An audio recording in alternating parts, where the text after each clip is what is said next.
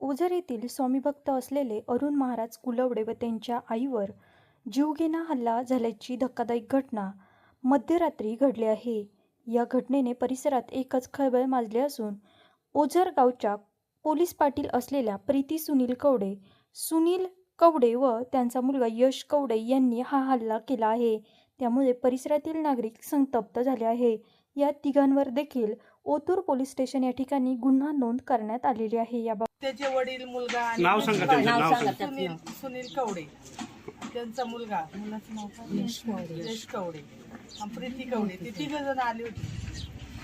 काय झालं आले तर ते डायरेक्ट मारायला लागले तिघ पण. मुलगा त्यांचा तो कवडे, सुनील कवडे, त्यांची बायको पण. आजीला धरलं, आजीला मारलं. यांनी लाथा घातल्या त्यांच्या छातीमध्ये, पोटामध्ये लाथा घातल्या, पायावर मारलं. कारण काय? कारण नाही सांगता येणार त्यांचं काय कारण आहे. कारण सांगितलंच नाही कारण नाही माहिती आम्हाला. बाकी फक्त मारले एवढं माहिती. मी माझ्या मुलाला आरडले, दादा पळ, मामांना मारलं. त्यांनी पोरांना वरती येऊन नाही दिलं. म्हणले खाली वर नाही तर तुम्हाला इथंच गाडीन म्हणले. या पुढे कोण बोलणार आहे? सकाळपासून मामांसाठी उत्तर पडण्याचा प्रयत्न करतोय, पण प्रॉब्लेम असा आहे इन्व्हॉल्व होऊ नको म्हणून फोन करतोय. तुम्हाला कोणी फोन केला?